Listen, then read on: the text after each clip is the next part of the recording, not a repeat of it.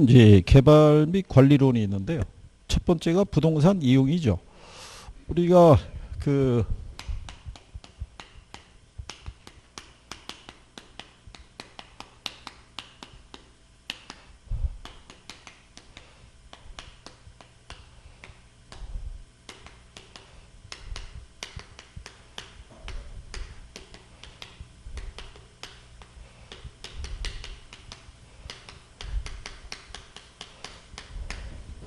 통상 이제 얘가 한 두 개에서 많이 나오면 네 개, 하나.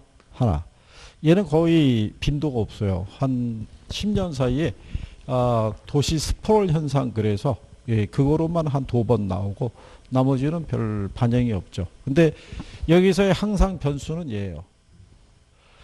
이 개발이 평약에 주면 두 개 나오는데요. 그 도시개발법 있죠. 공부에서 배우는. 그쪽에 용어가 나오면 좀 늘어나는 거예요. 그게.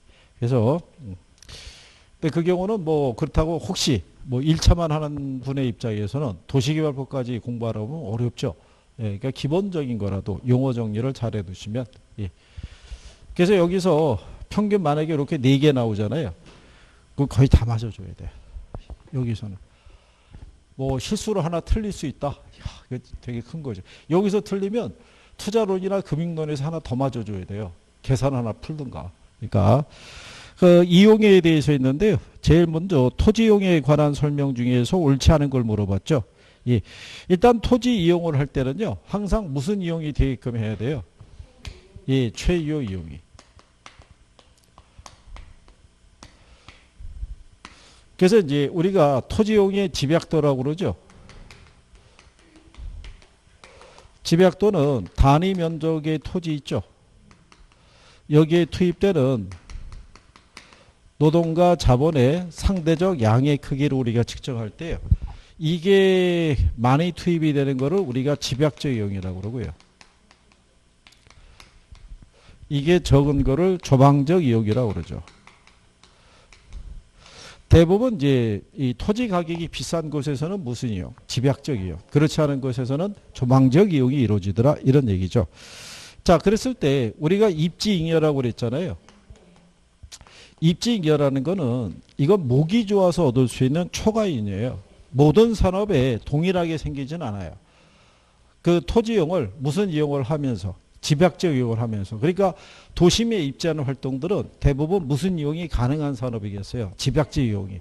그러니까 농업이나 제조업이나 이런 애들은 도심에 들어설 수가 없다는 얘기죠. 그래서 4번에 입지조건과 토지이용의 집약도가 같은 경우라면 입지잉여는 모든 산업에 동일하게 생긴다 그랬으니까 틀렸다는 얘기죠. 그리고 이제 2번에 가면 토지이용의 집약도를 증가시키는 요인이 있죠. 답은 이제 4번에 토지 가격이 어떻게 돼요? 하락해서. 토지 가격이 상승하게 되면 집약적 이용을 해야겠죠. 우리가 생산 요소의 대체성이라고 배워보셨죠. 도심은 토지 가격이 비싸니까 토지를 뭐로 대체해서, 자본으로 대체해서. 그게 이제 우리가 집약적 이용이라고 할 수 있죠. 그래서 그런 경우 정리하시면 되겠고요.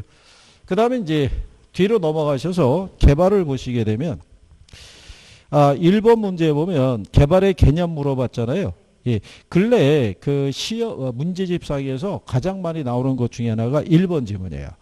부동산 개발업의 관리 및 육성에 관한 법령이 있죠. 법률상 부동산 개발은 시공을 담당하는 행위는 제외한다고 그랬어요. 그렇죠? 거기 하단에 가면은 그 부동산 개발업의 관리 및 육성에 관한 법률이 있죠. 그 2조의 정의가 있어요. 개발이라는 것은 다음 어느 하나에 해당하는 행위를 말한다고 했잖아요. 단 시공을 담당하는 행위는 뭐한다? 제외한다라고 되어 있는 거예요. 그죠? 이게 여러 번 시험에 한번 나왔었어요. 근데 그때는 맞는 지문으로 나왔다고요. 근데 유관 시험에는 이거를 틀린 지문으로 또 이제 출제한 적이 있으니까 그래서 그거 정도는 기억을 해달라고 말씀을 드린 거고요. 그래서 이 뒤에 보시게 되면은 이번에 부동산 개발에 관한 내용 중에서 잘못된 거를 물어봤어요. 그죠? 그래서 거기에 보시면은 그 4번에 개발권 선매 제도 있죠. 예, 토지 소유자는 소유권을 보유하며 개발권을 바탕으로 자기 토지에는 직접 개발을 할 수는 없지만 개발 지역 내의 다른 토지 소유자에게 양도는 할 수 있는 제도라고 그랬잖아요. 그러니까 개발권 선매 제도가 아니라 개발권 양도 제도를 얘기하겠죠. 그러니까 이거는 용어를 이해하고 있느냐라는 것을 이제 물어보는 경우죠. 무슨 말인지 이해하시겠죠? 그 나머지는 이제 개발에 대한 어떤 이제 일반적인 용어를 만들어낸 거죠. 그래서 3번에 보면 국토개발이라는 거는 국토 전체를 대상으로 한 종합계획이라고 할 수가 있겠죠. 그래서 여러분들이 이제 국계법 배우시죠. 국토의 계획 및 관리 등에 관한 법률이라고 해서 배우신 이유가 거기에 있다라고 보시면 되겠고요. 그 다음에 이제 그 4번에 가게 되면 그 부동산 개발 단계 중에서 마케팅에 관한 설명으로 옳지 않은 걸 물어봤죠. 예, 그래서 우리가 이제 개발의 단계를 보게 되면 이거 혹시 기억하시나요?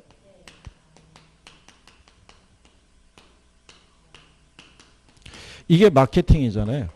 마케팅은 순서상에서 마지막 단계에 있더라도 이거는 개발 사업 초기부터 시행하는 게 일반적이죠. 예, 그래서 거기 보시면은 그 2번에 일반적으로 개발될 공간의 임대 활동은 개발 사업 초기 단계에서부터 이루어지는 게 바람직하다라고 얘기하죠. 예, 그리고 4번에 보면 부동산 시장의 침체 시에 주거용 부동산은 임차인을 확보하기가 쉽지 않죠. 그러니까 철저한 뭐가 마케팅 계획이 요구된다는 얘기고요. 근데 부동산의 종류에 관계없이 마케팅 활동의 유형은 동일하다 그러면 틀리죠. 예. 당연히 주거용 부동산은 쾌적성과 편리성을 강조할 것이고요. 그 다음에 상가등과 같은 수익성 부동산은 말 그대로 수익률이나 수익성을 강조하겠죠. 요즘은 어떤 경우도 있냐면요. 그 광고가 붙는데 만약에 이제 뭐 오피스텔 뭐 이런 거 분양하잖아요. 분양할 때 요 오피스텔이 그 주변에 있는 A 대학하고 양해각서가 체결이 되어 있는 거예요. A 대학의 학생들이 있죠. 학생들이 여기에 세를 사는 걸로. 그러니까 A 대학의 기숙사 공간이 부족했거나 아니면 이제 조인을 했겠죠. 대신에 그 학생들이 여기서 거주하면은 임대료는 좀 할인해 주는 조건이겠죠. 근데 일단 들어오게 되면 뭐는 보장이 되겠어요? 임대료 수익이 있잖아요. 학생들이 일단 일로 들어올 수 있으니까. 그게 이제 계약이 체결돼 있다. 뭐 이런 식으로 유도하는 경우죠. 왜냐하면 오피스텔이나 이런 거 분양받는 사람은 분양에 따라서 임대 수익이 계속 유지가 되느냐가 관건이거든요. 그래서 수익률이 얼마가 될까. 그게 관건인데 임차자가 이미 확보가 돼 있다 그러면 예, 그나마 조금 리스크를 줄여나갈 수 있는 방법이 되겠죠. 그래서 다양하게 이제 기획을 하는 거겠죠. 그래서 이제 뒤에 가시면은 5번에 부동산 개발 과정의 일반적인 절차 중에서 다음에 해당하는 단계를 물어봤죠. 이 개발 방향을 설정하기 위해서 사업 시행 이전에 있죠. 개발 여건 및 개발 잠재력을 분석하는 것 있죠. 그게 이거예요. 예타 아시죠? 예비적 타당성 분석이 있죠. 예, 이걸 하는 거예요. 그래서 예비적 타당성 분석에서 무슨 분석을 하냐면 경제성 분석을 해요. 기본적으로 수익적인 구조가 나올 수 있을지에 대한 부분이 있죠. 그래서 개발 아이템과 개발 규모의 결정, 사업 타당성의 평가 있죠. 예, 이런 것들을 우리가 이제 통해서 보다 사업을 구체화시키는 단계라고 해놨잖아요. 그래서 답이 예비적 타당성 분석 단계예요.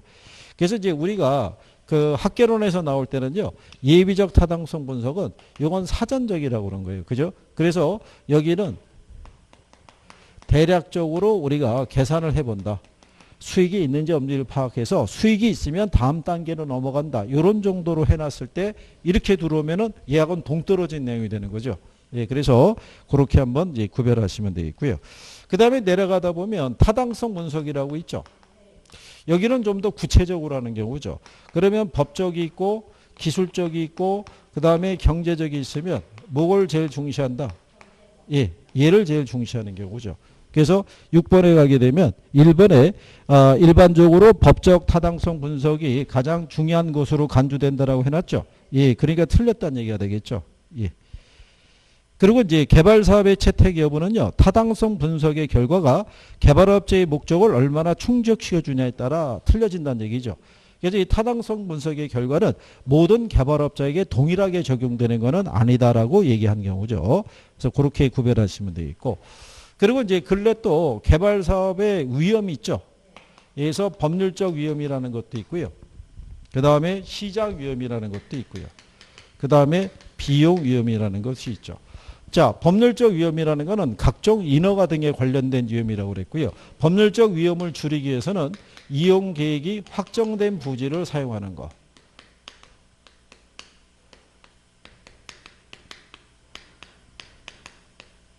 그게 법률적 위험이라고 그랬고요. 시장 위험을 줄이기 위해서는 선분양이 있죠. 예, 이런 거 우리가 기획할 수 있고요. 비용 위험을 줄이기 위해서는 최대 가격 보증 계약이 있죠. 이걸 한다고 해서 100% 해소되는 건 아니고 줄일 수 있느냐 여부를 판단하는 거죠. 아직은 여기까지는 시험에는 안 나왔어요. 최대 가격 보증 계약까지는. 그래서 거기 보면 그냥 제목을 구별한 거죠. 정부의 정책이나 용도 지역제 같은 토지용 규제의 변화로 발생하는 것은 법률적 위험. 개발된 부동산이 분양이나 임대가 되지 않거나 계획했던 가격 이하나 임대료 이하로 매각되거나 임대될 때 나오는 게 시장 위험. 인플레이션이 심할수록 개발 기간이 연장이 될수록 비용 위험은 더 커질 수 있겠죠. 그래서 답을 1번을 줬다 이런 얘기죠. 예. 그 다음에 이제 뒤로 넘어가셨을 때요. 8번은 뭐 생략하셔도 될 거예요. 이거는 이거 하시면 될 수 있거든요. 이거. 다만 아이디어 단계를 구상 단계라고 그래요. 이거를. 그래서 제일 먼저 사업 구상부터 시작하겠죠. 그 다음에 예비적 타당성 분석 이렇게 시작이 되고요. 그 다음에 이제 부지 확보. 그죠? 예, 그런 식으로 가는 거니까. 예. 그 다음에 이제 9번에 가게 되면요. 부동산 개발에 시장 위험에 해당하지 않는 거를 물어봤죠. 예. 그게 거기 보면 이번에 행정 인허가의 불확실성이 있죠. 예, 그게 법률적 위험이죠. 이게 각종 인허가에 관련돼 있거나 그러니까 인허가는 행정관청을 통해서 나오잖아요. 또 하나는 왜 지역 주민 가구의 마찰이 있죠.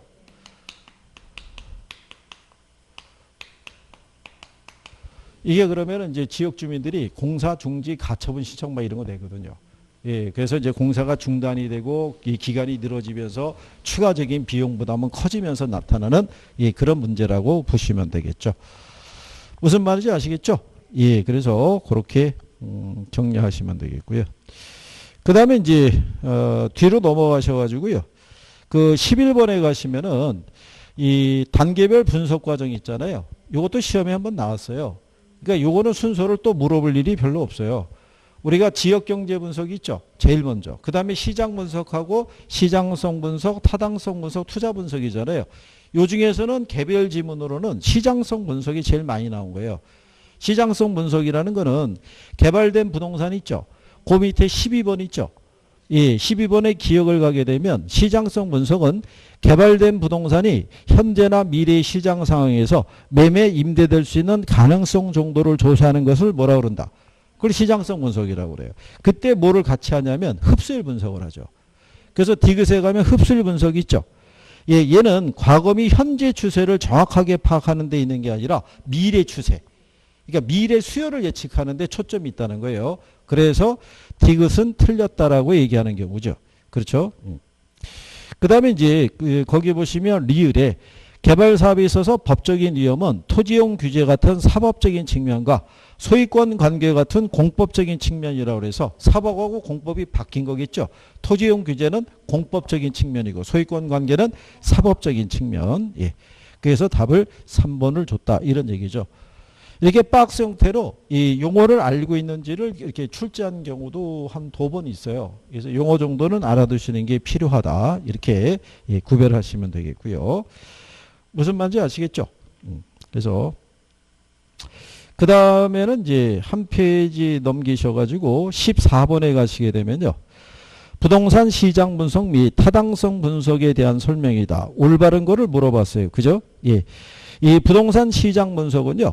개발 부동산의 수요 대체성 및 경쟁 부동산에 대한 공간적인 분포하고 밀접한 관계가 있다라고 얘기를 해요.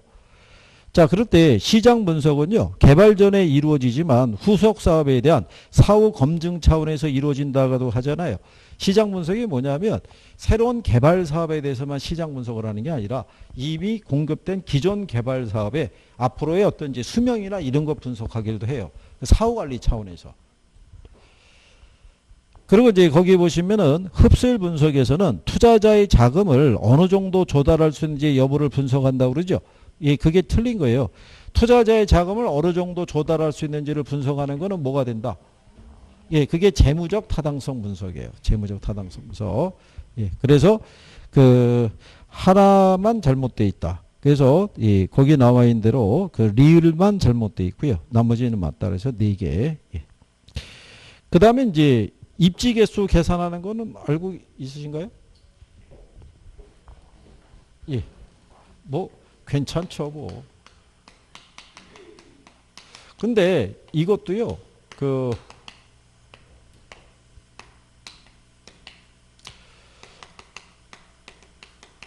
자꾸 하야 늘 수가 있는데 매번 패턴이 어떻게 돼요? 바뀌거든요. 그러니까 기본적으로 원리를 알아야 이것도 할 수 있어서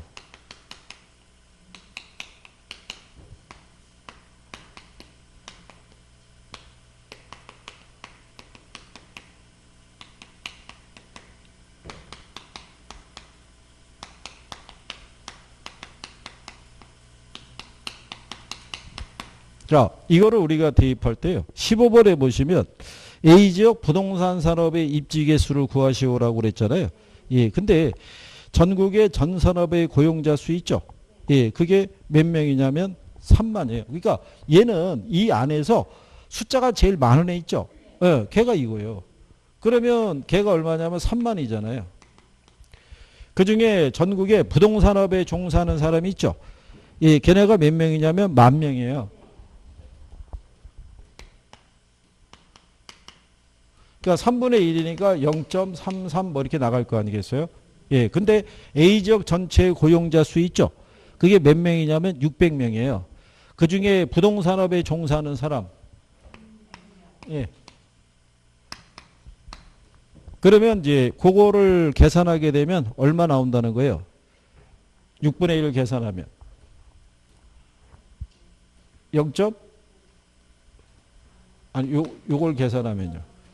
0.11111 이렇게 떨어질 거 아니에요. 이렇게. 그리고 요거 계산하면 되겠죠. 예. 계산하면 얼마 나와요? 0.5가 나오게 돼 있어요. 그죠? 예. 이거를 계산할 때 이렇게 계산을 유도하는 경우도 있어요. 이렇게. 근데 이걸 내항은 내항끼리 외항은 외항끼리 이렇게 곱해서 하는 번분수로 계산을 하시게 되면 오히려 더 복잡해질 수 있는 거예요. 그냥 요거 계산하고 요거 계산하는 걸 나누면 된다고요. 예, 그게 훨씬 더 간편하실 거예요. 자체가. 그리고 거기 그 16번 문제가 작년에 나온 거잖아요. 거기 보시게 되면 문제가 물어본 게 A지역 X산업이 있죠. B지역 Y산업의 입지 개수를 올바르게 고른 것을 물어봤어요. 그죠? 그러면 전국의 전체 고용자 수가 몇 명이겠어요? 제일 숫자 큰 거 찾으면 되죠? 예, 대충 맨 하단에 있어요. 400인데 그 중에 자 X산업에 전국에서 X산업에 종사하는 사람이 몇 명이겠어요? 예, 240명이에요. 그러면 이게 0.6이 나올 거라고요. 4, 6에 24니까. 그러니까 출제자는 이렇게 맞춰놓은 거죠. 근데 A지역의 전체 고용자 수가 몇 명? 예, 200명인데 X산업에 종사하는 사람이 그 몇 명이에요? 100명. 그러면 2분의 1이니까 얘 0.5 나올 거 아니에요. 그죠? 그러면 0.8333 이렇게 떨어진다고요. 그죠? 그러면 기억이 0.83이 되는 애가 3, 4, 5예요. 그죠? 예. 3, 4, 5인데 이것도 이제 이런 얘기죠. 우리가 이제 Y지역에 그 입지개수, B지역 Y산업이 있죠. 그러면 얘는 분모가 역시 이렇게 되는 거죠. 400이고 거기 보면은 Y산업에 종사하는 사람이 몇 명이에요? 160이잖아요. 그러면 4, 4, 16이니까 0.4 나올 거 아니겠어요? 근데 Y산업에 종사하는 전체 산업이 얼마냐면 200이잖아요. 근데 60명이 종사하고 있죠. 예, 그러면 2, 3은 6이죠. 예, 이거 계산하면 0.75 나오죠. 예. 근데 이것도 이거 도출하지 않아도 돼요. 왜? 분자가 작잖아요. 그러니까 2를 초과할 수가 없죠. 예, 그러니까는 답이 3번에 니은 0.75 이렇게 준 거죠. 예. 그래서 이제 그런 내용 정도를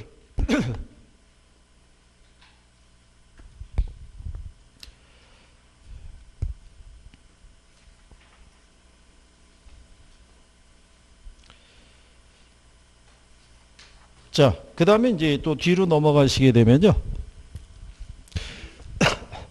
17번에 개발에 관한 설명으로 옳지 않은 걸 물어봤죠.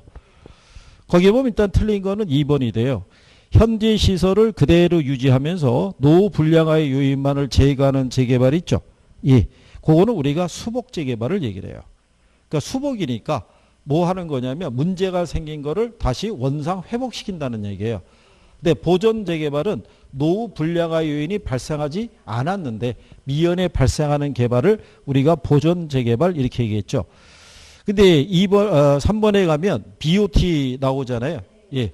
그래서 요즘은 이런 식으로 지문을 묶어서 줄 수도 있어요. 우리가 기본적으로 정리한 게 BTO가 있죠. 예. 얘는 말 그대로 빌드죠. 그러니까 요거는 민간이 돈을 대서 시설을 뭐 해요? 준공을 하죠. 준공한 시설에 대한 소유권을 누구에게? 정부 등에게 이전해주고 그 대가로 민간이 시설 관리 운영권을 획득하는 방법이죠. 그래서 이거는 주로 어디에 쓴다고 그랬냐면 사회 기반 시설이 있죠. 도로라든가 터널이라든가 이런 데 주로 쓴다고 그랬어요. 그래서 시설 사용자에게 뭐를 받을 수 있다? 사용료를 받을 수 있는 시설. 이게 뒤집어진 게 뭐겠어요? BOT죠. 요거는 우리나라 이 건설사들이 해외에 나가서 계약 체결할 때 이런 식으로 한다 그랬죠. 그 다음에 이제 상대적인 애가 BTL이 있죠. 여기는 이제 끝에 나오는 게 리스죠. 그래서 이거는 민간이 뭐를 하고요. 예, 시설을 준공을 하고요. 준공하는 조건으로 소유권을 뭐 해줘요? 예, 이전을 해주고 그 대가로 이 시설에 따른 관리 운영권을 민간이 갖게 되겠죠. 그러면은 공공은 그 시설에 대한 임대차 계약을 체결해서 임대료를 지불함으로써 이 투자비를 회수할 수 있게끔 해주는 제도가 BTO라고 얘기하는 거예요. 기본적으로 출제의 기준은 얘네 둘이었어요. 근데 근래는 얘도 등장해요. 예, 그래서 그 내용도 정리할 수 있어야겠죠. 그래서 이제 3번에 보면 BOT 방식은 민간 사업자가 스스로 자금을 조달해서 시설을 건설하고요. 일정 기간 소유 운영한 후에 사업이 종료될 때 국가 또는 지자체에게 시설의 소유권을 이전하는 경우죠. 그 다음에 이제 거기에 보시면요. 5번에 재개발 사업이 있죠. 정비 기반 시설이 열악하고 이렇게 돼 있죠. 그래서 우리가 구별할 때 발열이라고 그때 그랬었던 거죠. 이게 작년에 요게 이제 시험에 나왔던 거죠. 그래서 그런 정도 알아두시면 되겠고요. 그 다음에 이제 옆에 가시게 되면 문제 19번에 다음에 부동산 개발과 관련된 서술 중에서 가장 옳지 않은 걸 물어봤죠. 예, 그래서 1번에 보면 부동산 개발 방식 중에서 단순 개발 방식은 지주에 의한 자력 개발을 얘기를 해요. 그러니까 토지 소유자가 자기가 개발 자금을 조달해서 개발 사업을 수행하는 것을 얘기한다는 얘기죠. 그리고 2번에 가게 되면은 택지화되기 전에 위치, 지목, 면적, 등급, 이용도 기타 필요사항을 고려해서 택지 개발 후에 개발된 토지를 소유주에게 재분배하는 방식을 뭐라고 그런다? 그걸 우리가 환지라고 얘기를 해요. 환지라고. 이 환지 방식이 여러 번 시험에 2번 나왔던 거예요. 단독으로. 근데 그거를 소유주에게 재분배하는데 사업주에게 재분배한다면 틀리죠. 예, 그래서 그렇게 구별하시면 되겠고요. 그 다음에 이제 거기 보시면은 4번에 토지 매수 청구권이라고 있죠. 도시계획이나 그린벨트의 설정 등으로 재산권에 심각한 영향을 받고 있는 경우에 이를 구제할 수 있는 제도잖아요. 정부가 이제 이거를 도시계획에 따라서 어떤 뭐 이제 시설 보존을 하거나 지정을 한 다음에 시간이 지나지만 사업이 추진이 안 되는 경우가 있어요. 그러면 그냥 묶여만 있는 거잖아요. 그러면 그 토지 소유자가 국가에다가 이 토지를 사줄 거를 요청할 수 있는 권리가 토지 매수 청구권인데 이걸 행사한다고 해서 바로 보상이 이루어지냐면 그렇지 않고요. 예산이 있으면 사주고 예산이 없으면 또 넘어가고 뭐 그런 경우죠. 그래서 요즘은 토지 소유자들도 법을 잘 알아야 돼요. 그래야지 손해를 좀 줄일 수 있는 그런 방법이 되겠죠. 그 다음에 개발권 양도제라는 것은요. 개발지역 대신에 보존지역에서 개발권을 행사한다니까 틀렸겠죠. 보존지역에서 행사할 수 없는 개발권을 어디서? 개발지역에다가 그 개발권을 양도하면서 손실을 보전하는 제도가 개발권 양도제다라고 얘기를 한 경우죠. 무슨 말인지 아시겠죠? 예, 그래서 그렇게 예, 정리하시면 되겠고요.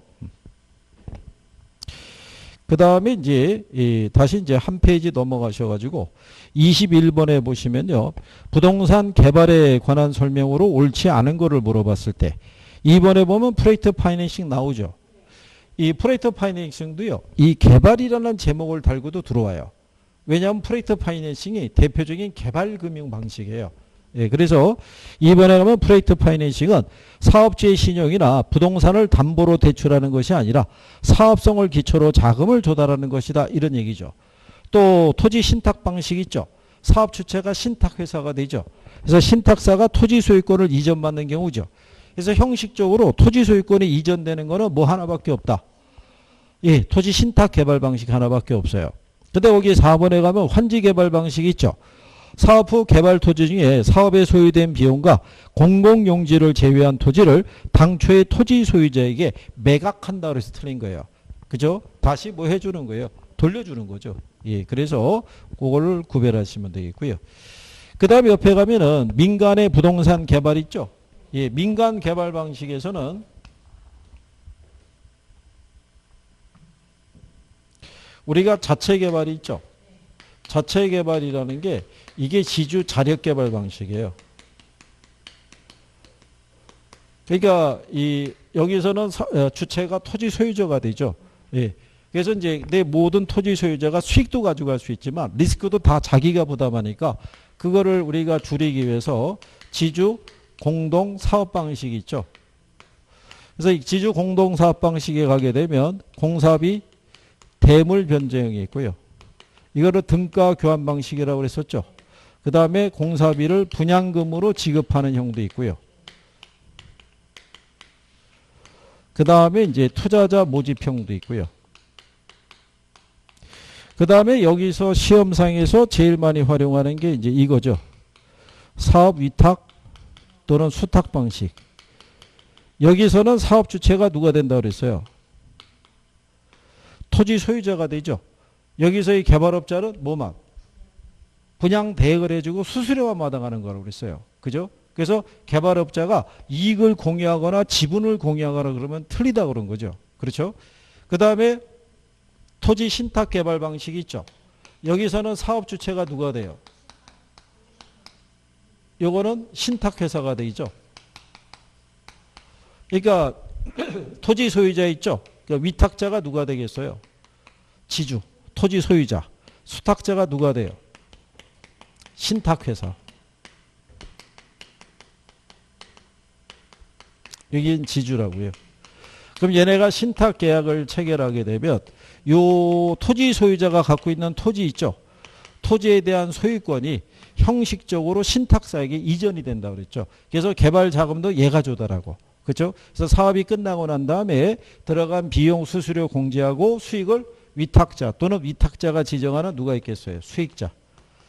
그러니까 위탁자하고 수익자가 같을 수도 있고요. 제3자를 지정할 수도 있다. 이런 얘기죠. 무슨 말인지 아시겠나요? 그래서 이렇게 구별할 수 있으시면 되겠죠. 근데 저게 신탁을 설정하는 이유는요. 신탁 재산은 신탁사의 그 수탁세 고유 재산이에요. 그러니까 만약에 위탁제에 무슨 문제가 있더라도 저거는 별도의 재산으로 취급하는 거예요. 그래서 이제 저게 어떤 것도 있냐면요. 만약에 위탁자가 파산하잖아요. 파산해갖고 채권 추심이 들어오더라도 신탁 재산은 건드릴 수가 없어요. 소유권이 이전되어 있는 상태니까. 그렇지 않겠어요? 그래서 뭐 그런 경우를 얘기할 수도 있고. 그래서 신탁은 여러 가지로 쓸 수 있어요. 개발 신탁도 있고요. 관리 신탁도 있고, 처분 신탁도 있고, 담보 신탁도 있고. 그죠? 지난번에 설명해 드렸지만 관리 신탁은 해외 이주한 사람이 국내에다가 부동산을 놓고 가는 경우가 있어요. 보험용으로 놓고 가는 사람도 있고 급하게 해외 이주하는데 매각이 안 돼서 두고 가는 경우도 있어요. 그럴 때 이제 그거를 이제 믿을 만한 사람에게 맡기기가 참 어려울 수도 있죠. 그러니까 신탁 설정하는 거예요. 그럼 신탁사가 관리해줘서 임대로 이렇게 관리해주고 수수료 받고 이제 주는 케이스가 있고. 그래서 아니면은 자녀들이 너무 어려서 관리 능력이 없을 때 그때 신탁 설정을 할 수도 있죠. 그때. 그래서 그게 혹시 날 수도 있어요. 우리나라 보게 되면 이 재산 관리 능력이 없는데 부모가 돈이 많아서 물려받는 경우 있잖아요. 몇 년 못 가서 말아먹는다고요. 모르니까. 어리니까 막 쓰는 데에만 익숙해져 있으니까 관리가 안 될 거 아니에요. 그러니까 최소한의 그런 거를 방지하기 위해서 조금 더 현명한 부모는 재단을 만들어서 재단에다가 넣어놓는 거죠. 그럼 재단에서 운영을 해서 날생하는 수익을 일부를 이제 자식들에게 지급할 수 있도록. 그럼 좀 더 오래 보존이 될 수 있죠. 그거는 이제 유명한 사람들이 록펠러 재단 뭐 이런 데서 하는 거죠. 그러니까는 대대손손이 어떻게 돼요? 예, 살고 잘 사는 거죠. 뭐 어쨌든 뭐 우리도 뭐 충분히 그럴 능력이 되는데 우리는 뭐 아직은 뭐 그러니까 그죠. 예. 자, 그래서 이제 거기 22번에 보시면 민간의 부동산 개발에 관한 설명 중에서 옳은 걸 물어봤죠. 거기 보면 공사비를 분양금으로 청산하는 사업 방식이 있죠. 사업 시행은 건설회사가지만 이익은 토지 소유자에게 귀속이 된다고 그러잖아요. 이게 지주 공동 사업이니까 이익을 공유하는 거예요. 예, 거기에 따라 나눈다라고 보시면 되겠고. 근데 거기 보시게 되면 그 4번에 토지 소유자의 자체 사업이 있죠. 예, 사업 시행은 토지 소유자가지만 자금 조달과 이익 기속의 주체가 건설회사니까 틀린 거예요. 모든 걸 다 토지 소유자가. 그 다음에 등가 교환 방식에서는 소유자와 신탁사 간에 수수료 문제가 발생할 수 있다라고 얘기를 하죠. 예, 그래서 등가 교환 방식에서 신탁사 간에 그 수수료 문제가 발생할 수 있다라고 얘기했을 때요. 우리가 등가 교환 방식이 무슨 방식이겠어요? 대물 변제 방식이에요. 대물. 그래서 이제 이게 토지 소유자는 토지를 대고요. 예, 그 다음에 이제 여기다 개발업자가 돼서 여기다가 이 토지 가치하고 건물 가치를 이렇게 등가로 교환할 수 있어요. 그랬을 때 여기 있는 이 토지에 대해서는 뭐가 설정이 된다? 신탁 설정이 돼요. 왜냐하면 이게 진행이 되는 동안에 토지 소유자가 마음이 바뀌어서 토지를 팔아버릴 수도 있고 나중에 또 딴소리 할 수 있기 때문에 토지에 대한 소유권을 누구에게로? 신탁사에게로 넘길 수도 있다. 이런 얘기예요. 그래서 그때 이제 신탁이 설정이 될 수 있는 이런 관계고요. 관리 신탁을 하게 되면 이제 뭐 수수료 문제가 불거질 수 있다. 뭐 이런 얘기고요.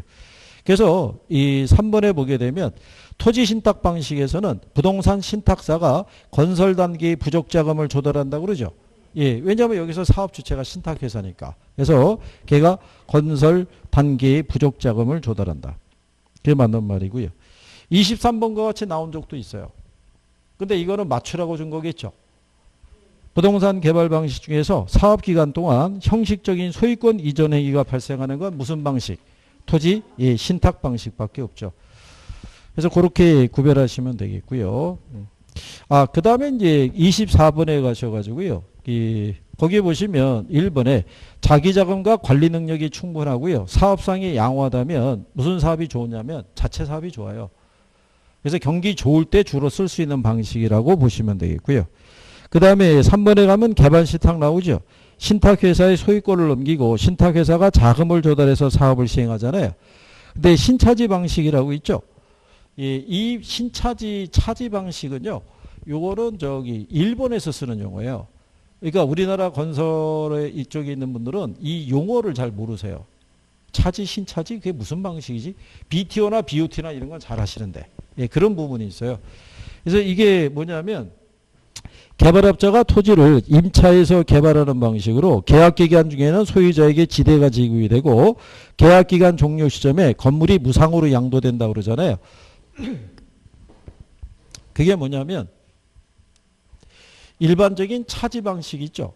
차지는 뭐냐면 그 토지를 임대해서 쓰는 거예요. 그게 이제 어디서 쓰냐면 그건 우리가 차지 방식이라고 그래요.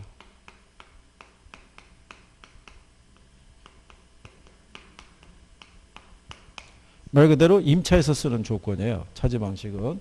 이건 어디서 할 수 있냐면 이 패밀리 레스토랑 아시죠? 요즘 패밀리 레스토랑이 많이 죽었는데 예전에 보면 패밀리 레스토랑이 어디에도 상징적으로 있어야 되냐면 강남에 있어야 돼요.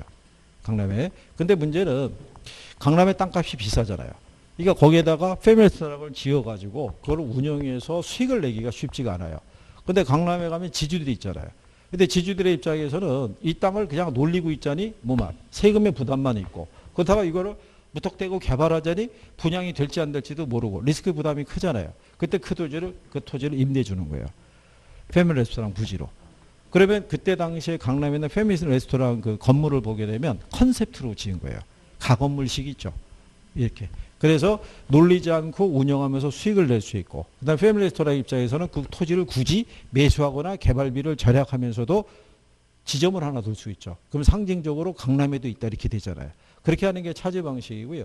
신차지 방식이라는 거는 공동 사업 방식이에요. 이것도 실질적으로 해요. 토지 소유자는 뭐가 있고요.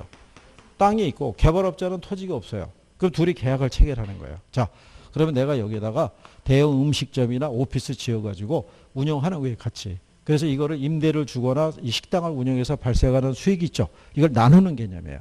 그 다음에 계약 기간이 예를 들어서 5년이잖아요. 5년 기간 중에 이 사업에 대한 노하우를 배워가는 경우고, 5년 계약 기간이 끝나면 건물은 시가로 양도하고, 토지 소유는 원래 토지 소유권이니까. 그죠? 그래서 이게 뭐하고도 유사하냐면 민법에서 배우시는 지상권의 지상물 매 청구권이 있죠. 그거하고 유사한 논리라고 보시면 돼요. 이게. 그래서 그게 신차지 방식이라고 보시면 돼요. 그래서 건물이 무상으로 양도되는 게 아니라 시가로. 건물이. 그 다음에 이제 25번에 가면요. 예, 부동산 개발 사업에 대한 설명이다. 가장 거리가 먼 것을 물어봤을 때 2번에 가면 등가 교환 방식 나오죠. 토지 소유자가 토지를 제공하고 개발업자가 건물을 건축해서 기여도에 따라 각각 토지와 건물에 뭐를 갖는다는 거예요. 지분을 갖는 그런 방식이고요. 그 다음에 3번에 가면 사업수탁 방식 있죠. 사업 전반이 누구의 명의로 행해진다는 거예요. 아니요. 이거는 사업 위탁 방식이잖아요. 그죠? 사업 위탁 방식이니까 이게 둘이 같이 이 사업 위탁 방식에서는 주체가 누가 되냐면 토지 소유자가 된다고요. 사업 주체가. 자금도 얘가 되고 이익도 누가 가져가요? 얘가 다 가져가는 거예요. 그럼 여기서 이 개발업자 있죠? 개발업자는 단순히 뭐만 해주는 거예요. 분양 대행 등을 해주고 거기에 따른 뭐만 받아간다. 수수료만 받아가는 방식이에요. 그렇죠? 예. 그러니까 그래서 출제자들이 선호하는 거예요. 왜? 얘도 탁이 들어가잖아요. 이 탁이라는 게 발음이 강하거든요. 그러니까 탁이 들어가니까 순간적으로 얘하고 착각하는 거예요. 토지 탁하고. 예. 그래서 걔네를 꾸준히 문제를 주는 거니까 그거를 잘 구별하시는 게 필요하다는 얘기죠. 무슨 말인지 이해하시겠나요? 그래서 걔하고. 예. 그래서 여러분들이 거기 26번 있죠. 26번에 하면 3번 지문 나오죠. 사업 위탁 방식 있죠. 토지 소유자가 개발업자에게 사업 시행을 의뢰하고요. 개발업자는 사업 시행에 대한 뭐를 수수료를 받는 방식이잖아요. 그 사업 시행이 뭐냐면 분양 대행을 하거나 그렇잖아요. 이런 거 해주는 거예요. 그리고 5번에 가면 토지 신탁형이 있죠. 5번 지문에. 예, 토지 소유자로부터 형식적인 소유권을 이전받은 신탁회사가 개발관리 처분해서 그 수익을 누구에게? 수익자에게 돌려주는 거라고요. 예. 그래서 구별은 정확하게 해주셔야 돼요. 1번은 물론 이제 자체 개발이 틀린 거예요. 예, 토지 소유자하고 개발업자 간에 분산할 수 있는 장점이 있다고 그랬잖아요. 위험을. 그거는 지주 공동사업이고요. 자체 개발 사업이 아니다 이런 얘기죠. 예. 그래서 그렇게 정리하시면 된다는 얘기죠. 그래서 뒤로 넘어가시면 27번 있죠. 부동산 개발 사업에 관한 설명으로 틀린 거. 이게 작년에 나온 거잖아요. 예, 그래서 2번에 가면 소유자가 소유권을 신탁사에게 이전하고요. 신탁사로부터 수익증권을 교부받아서 수익증권을 담보로 금융기관에서 대출을 받는 상품 있죠. 그게 담보신탁이에요. 그걸 우리가 신탁증서금융이라고도 얘기하는 거예요.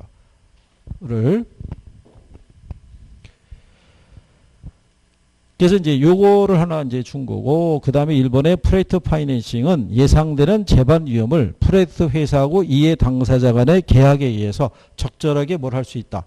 배분할 수 있다. 그래서 우리가 이제 얘기할 때 지분 투자 방식으로 투자하는 사람이 있고, 아니면은 돈을 빌려주는 개념으로 대출해서 투자하는 개념이 있죠. 그러니까 위험의 부담이 틀리잖아요.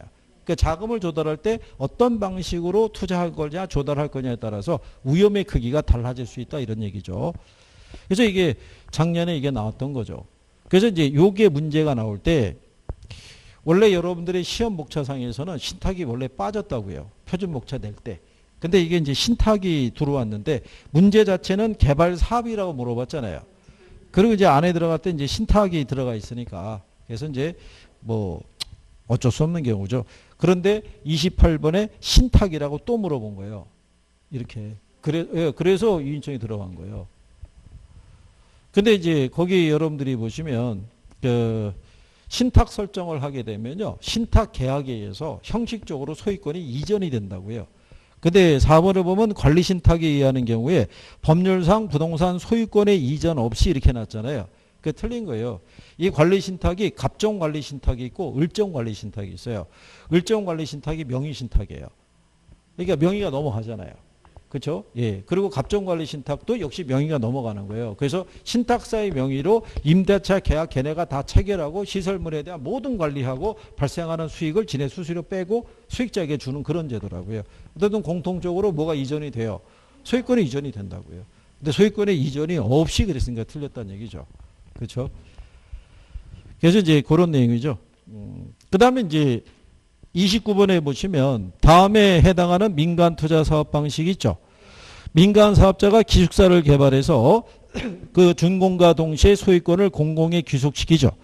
그리고 민간 사업자는 30년간 시설관리 운영권을 갖고 공공은 그 시설을 임차해서 쓴다 그랬으니까 뭐가 되겠어요?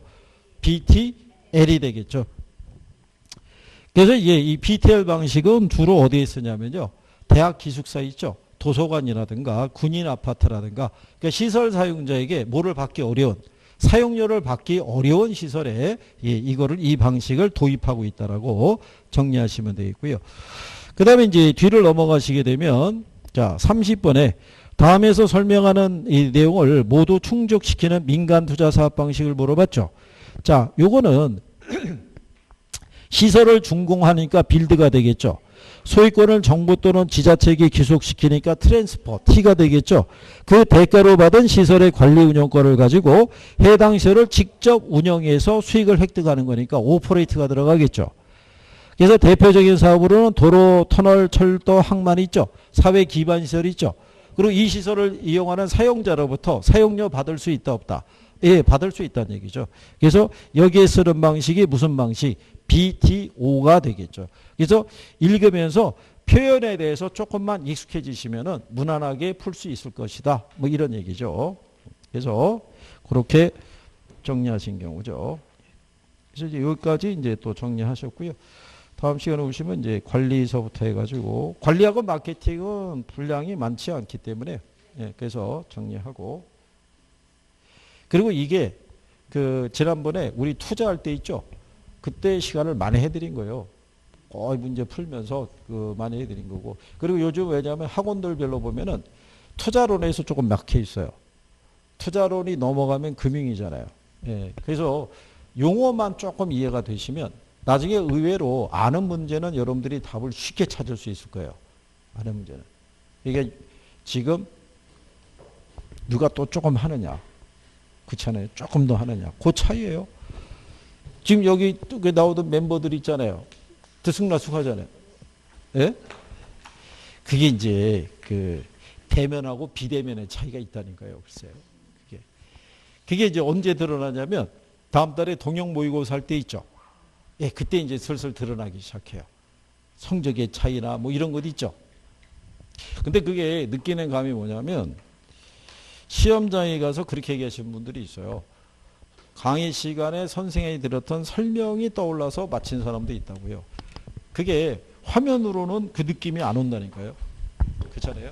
그러니까 그런 거를 극복하려고 그러면 인강을 보시는 분도 조금 더 집중을 하면 돼요. 집중하는 게 필요하죠. 무슨 말인지 아시겠죠?